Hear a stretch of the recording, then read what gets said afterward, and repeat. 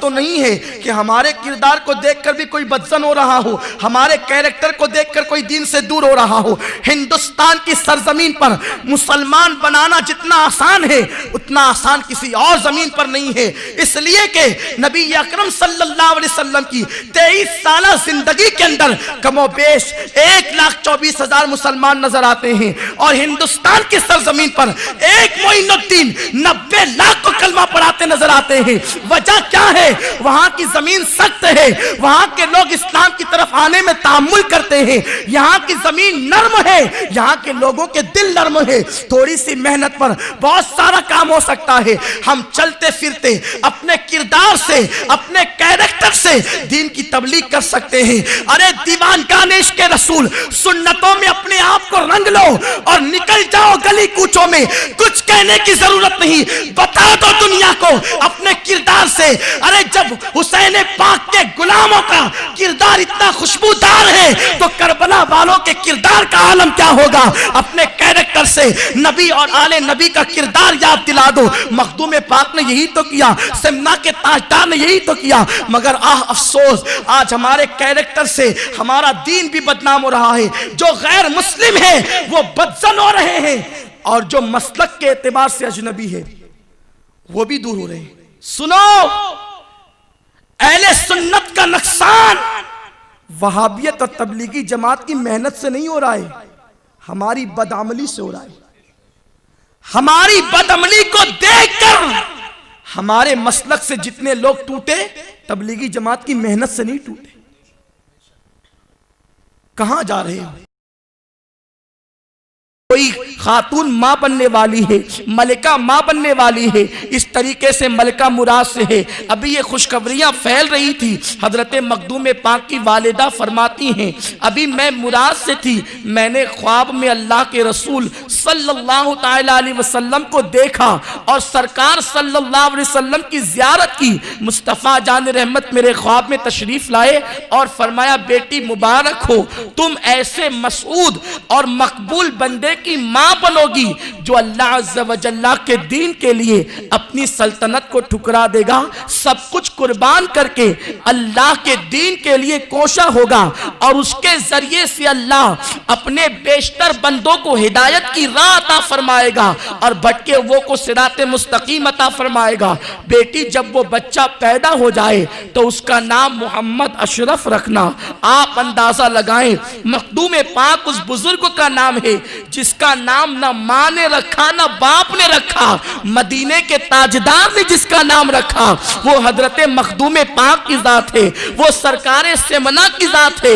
میرے پیارے آقا صلی اللہ تعالیٰ علیہ وسلم کے پیارے دیوانوں، اور اس کے بعد فرماتے ہیں بیٹی اس بچے کی تربیت کا خاص خیال رکھنا، اور یہ فرمانے کے بعد وہ تشریف لے جاتے ہیں۔ حضرت مخدوم پاک کے نانا اپنی بیٹی سے کہتے ہیں بیٹی تم جس بچے کی ماں بننے والی ہو وہ بچہ بڑا مبارک ہے، بڑا مسعود ہے، اس کی تربیت کا خاص خیال رکھنا، اور دیکھنا یہ تصور مت کرنا کہ وہ بڑا ہونے کے بعد تیری سلطنت کو سنبھالے گا، تیری حکومت کو سنبھالے گا، وہ تو ولایت کا تاجدار بنے گا، اس کے سر پہ ولایت کا تاج رکھا جائے گا، اور وہ سلطنت کو ٹھکرا کر خدا کی راہ میں نکل پڑے گا۔ اس کی راہ میں کوئی دیوار نہ بننے پائے، اس کی راہ میں کوئی چیز حائل نہ ہونے پائے۔ اور اس کے بعد حضرت سیدنا مخدوم پاک رضی اللہ تعالیٰ دنیا میں تشریف لاتے ہیں۔